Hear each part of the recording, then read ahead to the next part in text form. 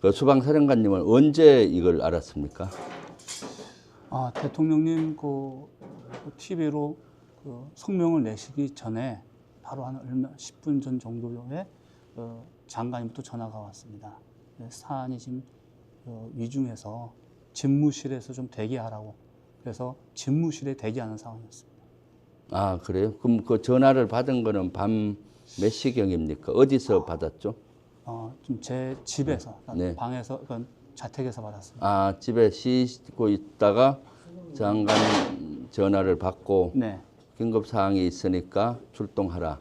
아닙니다. 집무실에서 위치하고 있어라. 집무실에 위치하라. 예. 그땐 비상계엄이라는 단어는 쓰지 않았고요. 네, 네. 그리고 집무실로 갔겠네요. 네. 가서 그 비상계엄이라는 사항은 어떻게 알았습니까? 저는 그때 이제 사안이 심각한 상황이 있다고 해서 YTN을 사무실에 YTN을 틀어놓고 있는데 갑작스럽게 그 대통령께서 긴급 담화를 하시는 마지막 가운데서 동시에 제가 봤습니다. 아, TV를 보고 아셨다? 네, 네, 네. 그래서 지통제를 받고 그러면 명령은 언제 수령했습니까?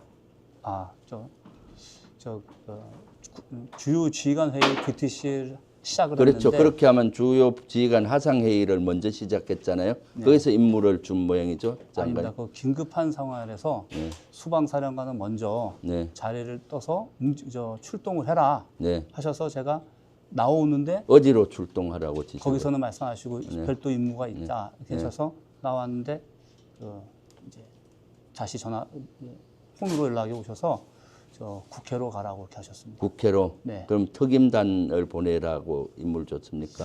그런 구체적인 건 아시고 네. 국회로만 가셨는데 네. 저희는 수방사가 서울에 있는 국가중요시설을 담당하고 있기 때문에 국회도 국가중요시설입니다. 네. 그래서 사실은 그때 운영할 수 있는 부대는 항상 비상대기하고 있는 우리 이번에 있는 3호 특임 부대였습니다. 특임 부대에게 임무를 줬다고 예.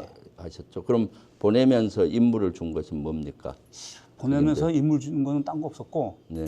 너무 시간이 없었기 때문에 그때 일경비단장 또 우리 참모장 저가 이 상황에서 가서 무엇을 해야 되는가 했을 때 제일 중요한 것은 그 서울 시민의 안전, 네. 다치는 거라든가 무슨 일 있으면 안 되고 그 다음에 우리 출동한 장병들이 다쳐서는 안 된다. 그래서 그러기 위해서는 우리 장병들 서로 챙겨가지고 안전하게 해라.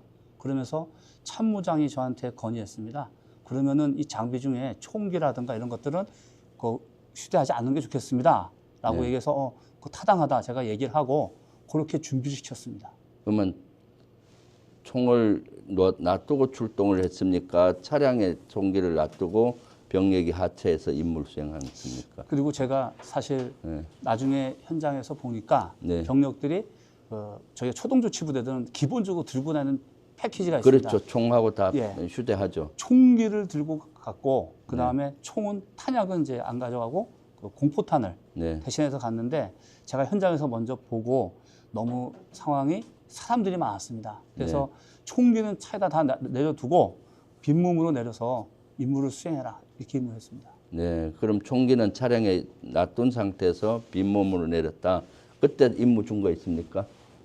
그때도 역시 제일 중요했던 것은 시민들 안전 지키고 그 다음에 장병들 임무 잘해라. 그렇게 잘해라가 표현 다 기억이 안 나는데 가서 원래 저희 기본 임무가 국가중요시설에 대한 경계입니다. 외부로부터 들어오는 것을 통제를 하고 신원 확보하는 게 유사시의 임무입니다.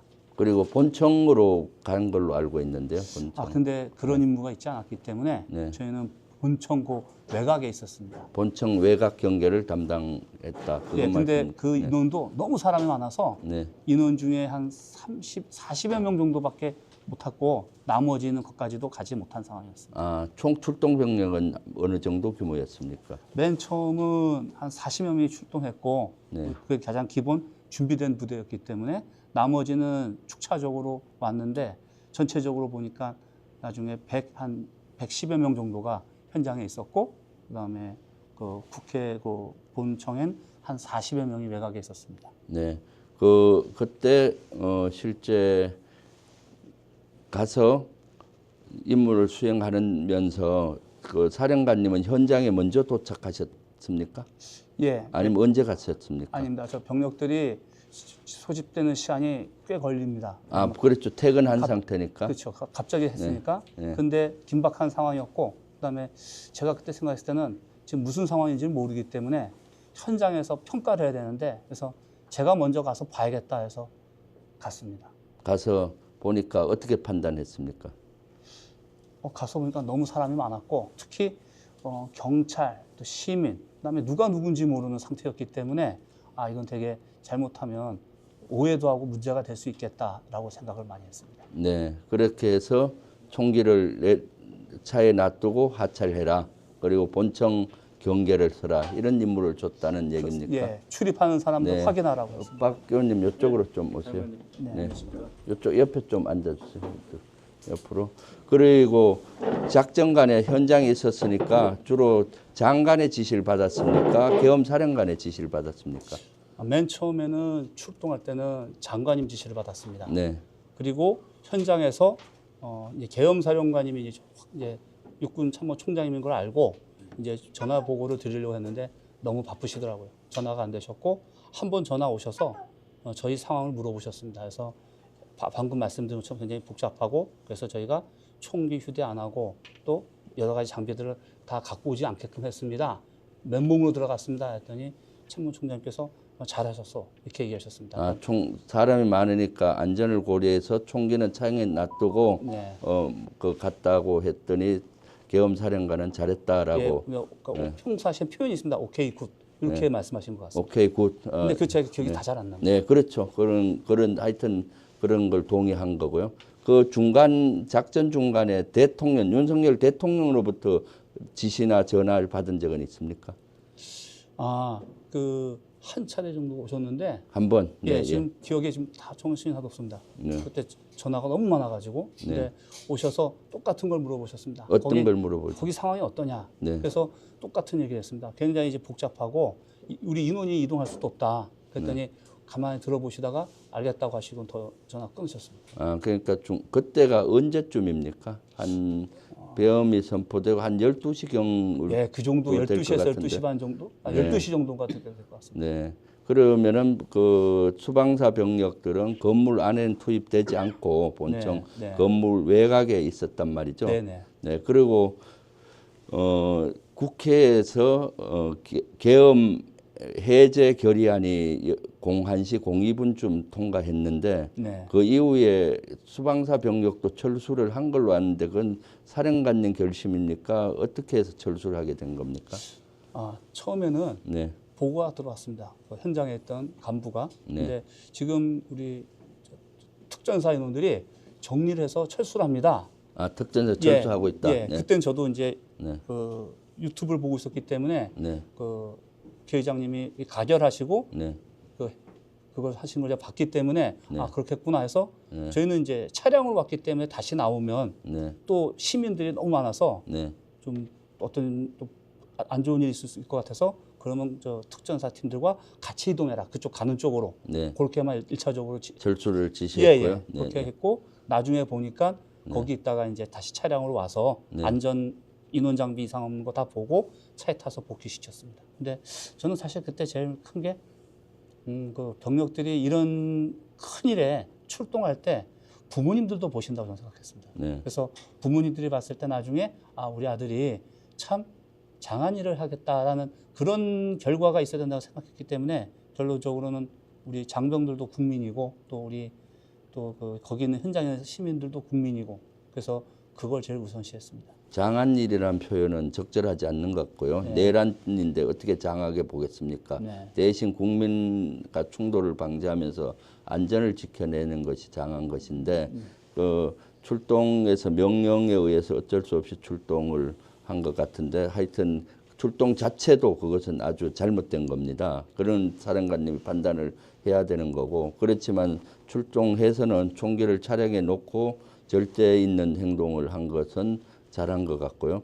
그럼 지금 사실 우리 국민들은 또 우려하고 있습니다. 윤석열 대통령이 그대로 자리를 지키고 있기 때문에 제2의 비상계엄 또 다른 행동을 하지 않을까라는 생각하는데 다시 이런 비상계엄의 임무로 비슷한 걸 준다면 사령관님 어떻게 하시겠습니까? 절대 그럴 일이 없을 것입니다. 절대 그럴 일 없다는 것이 안 한다는 얘기입니다. 합리적인 명령이 아니면 안 따르겠다.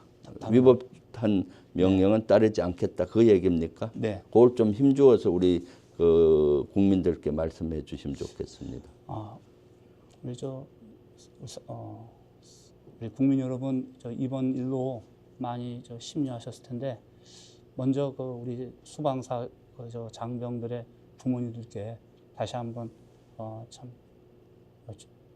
진심으로 좀 안타깝고 사과 말씀드리고 또 국민 여러분 우리 수방에서는 기본 임무가 수도 서울 시민을 지키는 겁니다. 그래서 어떠한 불법적이고 또 적절치 않은 것은 절대 응하지 않습니다. 국민께 사과도 한마디 할 필요가 있다고 봅니다. 예, 우리 대한민국 국민 모든 분께 제가 현장에 출동했던 지휘관으로서 좀 더 세밀하게 살피지 못한 그 부분에서 사과드립니다. 네.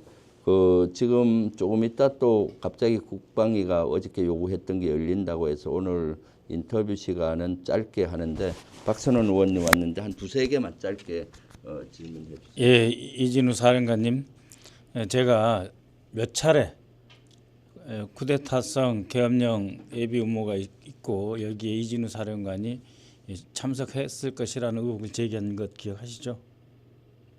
의혹 제기하신 거요? 예. 그리고 국정감사장에서도 결코 그런 일이 없어야 된다고 제가 이야기를 했었고 이진우 사령관께서도 그렇게 하지 않겠다고 말씀하지 않으셨습니까? 네. 근데 이번에 비상계엄에 거의 선봉에 선 부대 중에 하나가 되었습니다.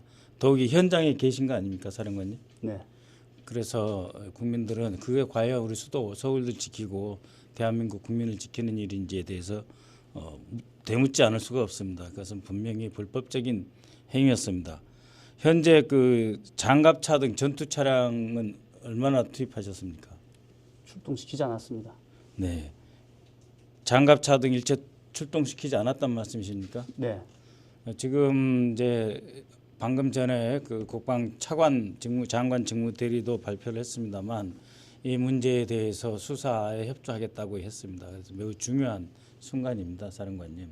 저희가 와서 이렇게 묻고 하는 것은 항의 측면도 있지만 사실을 확인함과 아울러서 사령관님께서 일종의 소명하실 기회가 되는 것도 있습니다. 그래서 사실을 좀 말씀해 주시면 고맙겠고요. 그 SDT 부대, 군사경찰 특수임무대가 가서 임무가 뭐였죠? 체포하는 거 아니었습니까? 그런 일은 있을 수가 없었어요. 군사경찰 특수임무대 군사경찰 말씀이시죠? 네, 파견은 같이 하셨잖아요. 지하셨지 않습니까? 그게 최초 투입되는 초동조치 부대에 포함된 인원들입니다. 그리고 방첩사하고 같이 현장에서 협력하였습니까? 아니면 방첩사 요원들을 전체 함께 사령관께서 지휘하셨습니까? 그렇지 않습니다. 전혀 방첩사가 있는지조차도 저는 몰랐습니다.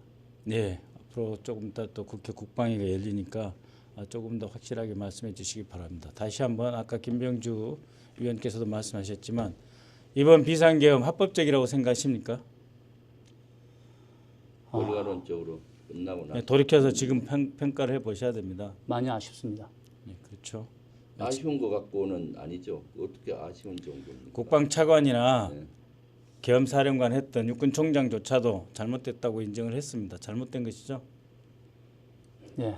네, 이런 일 이제는 다시는 없어야 되겠습니다. 수방사가 항상 이런 군사 변란에 앞장서는 일 이제는 없어야 되겠습니다, 사령관님. 원래도 없었습니다. 2차 계엄 안 하실 거죠? 그럴 일 없습니다. 네, 알겠습니다.